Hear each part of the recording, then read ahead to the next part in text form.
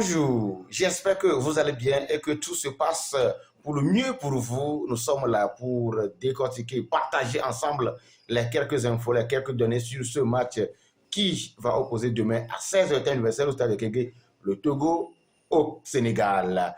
Alors, pour démarrer cette émission, il faut dire que nous allons en premier temps partager quelques informations sur l'écho des éperviers avant d'évoluer sur le match proprement dit qui oppose le Togo au Sénégal demain à 16h. Nous finirons cette vidéo du jour avec quelques statistiques tenant compte des historiques de confrontation entre le Togo et le Sénégal. Écho des éperviers. Pour démarrer, il faut dire que les éperviers qui, après le match nul face au Soudan, en terre libyenne, ont regagné Lomé.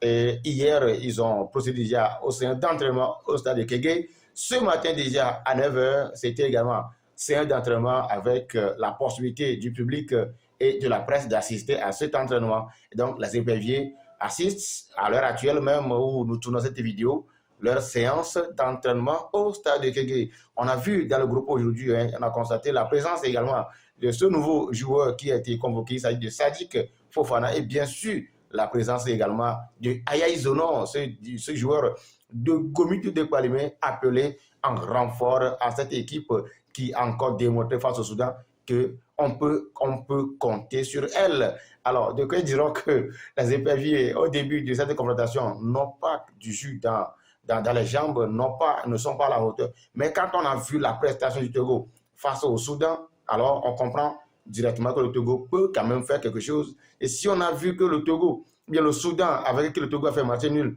a battu hier la République démocratique du Congo, tout porte à croire qu'il y a également une chance pour le Togo dans cette campagne des éliminatoires. Et ça passe par ce match phare qui oppose bien sûr le Togo au Sénégal demain au stade de Kégué. Alors, quand nous allons maintenant descendre sur le deuxième point, parlant de ce match, Togo-Sénégal, sur quelle base les éperviers pourraient dérouler cette rencontre, pourraient inspirer un résultat positif.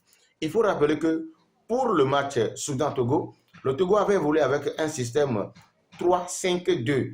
En défense, on a 3 défenseurs, 5 milieux, 2 attaquants. Dans le but, il y a Steven Messan qui a vraiment fait un bon boulot. Au niveau de la défense, Loïc Bessele, Djené, Romao, Alexis. En défense, nous avions assisté face au Soudan l'alignement de Roger Aholou, Kevin Deke, et Plaka Fessou-Memé, Khaled Nare et Roland Amouzou.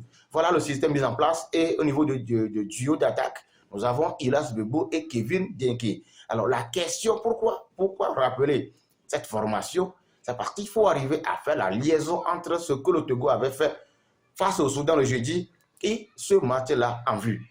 Et la question est que est-ce que le Togo va encore évoluer avec le même système demain face au Sénégal, c'est-à-dire 3-5-2.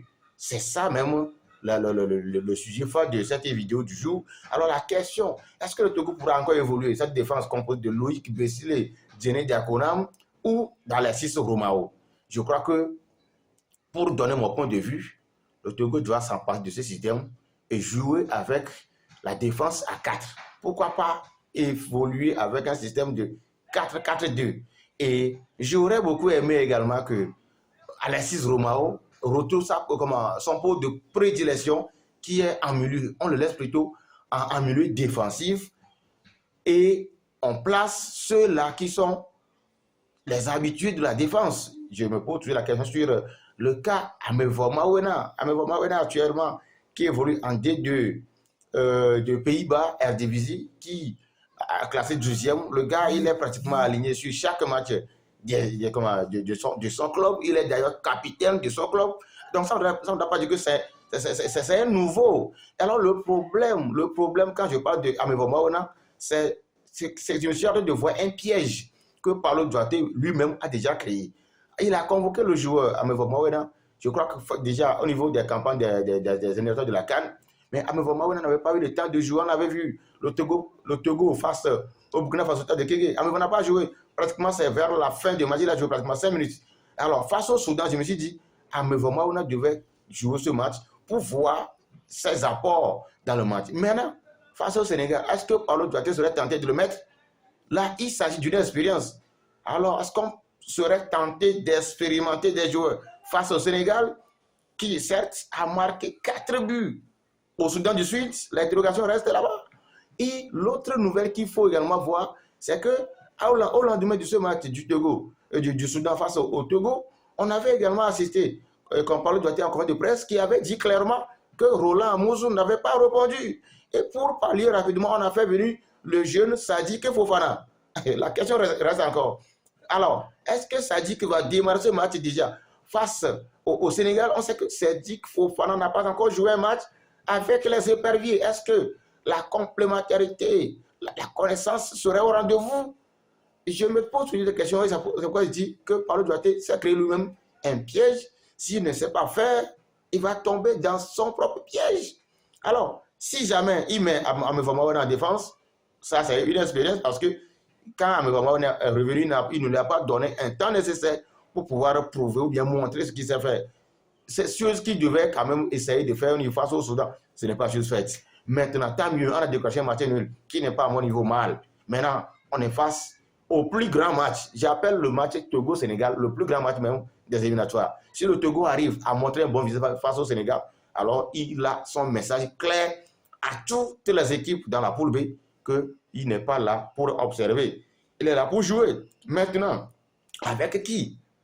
Et en défense, pouvoir contenir les assauts de Sadio Mané, de Lamine Camara, de Pape Sarr.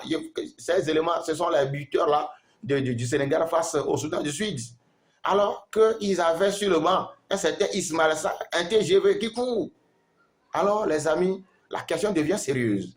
Maintenant, au milieu du terrain, face au Soudan, on avait aligné Roland Amouzou, Kevin Deke, Alexis, Roger Holou, Plaka Fessoumeme et Kalen Nare. Et on a laissé un certain Tchakaï Marouf sur le banc. Alors, face au Sénégal, la question reste, est-ce qu'on va évoluer avec le même système? C'est-à-dire, essayer de ramener certains éléments au beau milieu, puisque quand nous voyons le positionnement de Alexis, plutôt, de Plaka Fessoumeme et également de Kalen Nare, c'est des attaquants qui se retrouvent au milieu du terrain. Alors, pour cette confrontation du Togo face au Sénégal, je crois qu'il va falloir que le sélectionneur fasse attention par rapport au positionnement des joueurs, puisque nous avons au moins un certain Tchakaï Marouf à l'heure actuelle qui est en jambe dans son club. Alors si jamais on le laisse encore sur le banc et on place les mêmes éléments, si vous avez vu même la première partie de Togo face au Soudan, vous allez remarquer que ça n'a pas marché, parce qu'un certain Plaka Fessoumeme qui a tout ce qu'il faut pour jouer en attaque, maintenant on le laisse au milieu du terrain. Vous avez vu sur le Soudan, il a souffert. Maintenant, si on va encore évoluer avec le Sénégal de la même façon, est-ce que ça peut tenir? Je dirais non. Alors là, il va falloir maintenant repenser à reconstruire le milieu. Parce que face au Sénégal, si le milieu ne répond pas, là, on va encore souffrir davantage. Alors, j'aurais proposé, comme je l'avais dit déjà en début de vidéo, on laisse Alassi Romao en milieu défensif et on fait venir Tchakaï Marouf compléter. J'aurais beaucoup aimé qu'on laisse Ilas Bebou au milieu. Parce que Ilas Bebou, de par sa formation, il avait souvent évolué au milieu. Lui, quand on le laisse au milieu, c'est-à-dire c'est un joueur même qui est bon avec balle au pied, il peut quand même essayer de garder le ballon et causer quelques coups francs. Et Tchakaï Marouf même serait même le mieux placé pour les tirer. Alors, au niveau de l'attaque, j'aurais beaucoup aimé également voir le duo. Et Kevin Deke, Fodio là-bas, si ce dernier ne répond pas du tout, mais quand on le laisse sur le banc, je crois que ça va être une bonne affaire, à y voir Fodio là-bas accompagné de Kevin Deke, ça serait également bon. Maintenant, épaulé par Kalen Nare sur les ailes, je crois que ça peut donner du boom. Donc, parlant des statistiques pour finir cette vidéo, alors il faut dire que le Togo et le Sénégal se sont affrontés, je crois, pratiquement 26 fois dans l'histoire. Et sur cette confrontation de 26 fois, le Sénégal l'a emporté à 9 reprises la victoire et le Togo l'a emporté 8 fois la victoire. Donc, 9 victoires pour le Sénégal, 8 pour le Sénégal. Au total, 8 plutôt pour le Togo et au total, 9 matchs nuls. Maintenant, pour les récentes confrontations, il faut dire que pour les récentes confrontations, ils sont au nombre de 7. Et sur les 7, le Togo l'a emporté 4 fois, le Sénégal une seule fois et 2 matchs nuls. Les récentes confrontations opposant le Togo au Sénégal remontent en 2021 où le Sénégal 7 a gagné le Togo chez lui 2-0 avant de réussir à faire le match nul au stade de Kégué d'1 but partout. Alors, pour ce match Togo-Sénégal qui se joue dans le cadre des éliminatoires de la Coupe du Monde, alors je crois que l'heure va sonner pour le Togo de rétablir les équations. Pourquoi pas une victoire pour pouvoir équilibrer les équations. Et également, un match nul aussi fera l'affaire, mais une défaite, ça va être plus compliqué sur la suite de la compétition, surtout qu'on a fait un match nul. Et le Soudan, d'ailleurs, même, qui a gagné son match hier face à RD Congo avec 4 points au total, qui est même en tête de cette poule B. Alors le Togo a fort à faire et pour se faire au moins un match nul. Pourquoi pas une victoire quand on sait que le Sénégal aussi à l'extérieur n'est pas aussi extraordinaire que ça. On a vu la récente performance des Lions de la Teranga face au Bénin. Donc le Togo a quand même sa chance à jouer.